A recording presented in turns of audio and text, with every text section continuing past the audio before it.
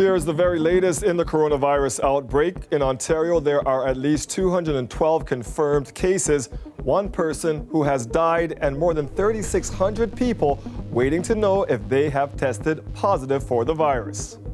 We're working to set up 25 dedicated assessment centers across the province to ease the pressure on hospitals.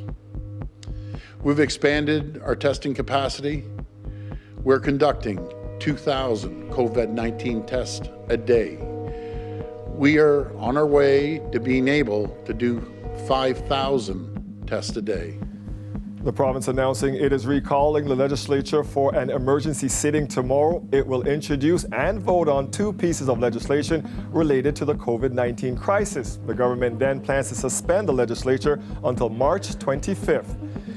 Meanwhile, Ontario's medical information line is reporting a service disruption.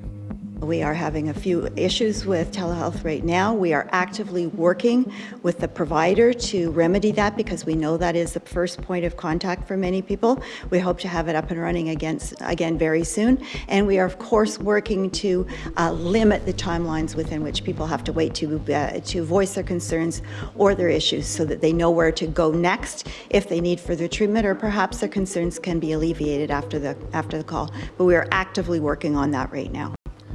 The province also announcing it is adding 300 new lines, hoping it will help the amount of calls telehealth is receiving. Telehealth is also asking anyone who can't get through to call their local public health units instead.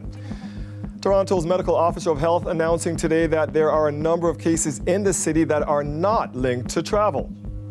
We have 7 new cases of COVID-19 to report in the city. And as anticipated, we are seeing increasing local transmission with 11 cases under investigation. The city is stressing that Torontonians participate in social distancing, staying at home in order to stop the spread of the virus. In addition to many other closures, Porter Airlines announcing it is temporarily suspending all flights beginning on Saturday until June 1st. Prime Minister Justin Trudeau announcing an $82 billion aid package to help Canadians and businesses. The measures we're announcing today will provide up to $27 billion in direct support to Canadian workers and businesses, plus $55 billion to meet liquidity needs of Canadian businesses and households through tax deferrals to help stabilize the economy.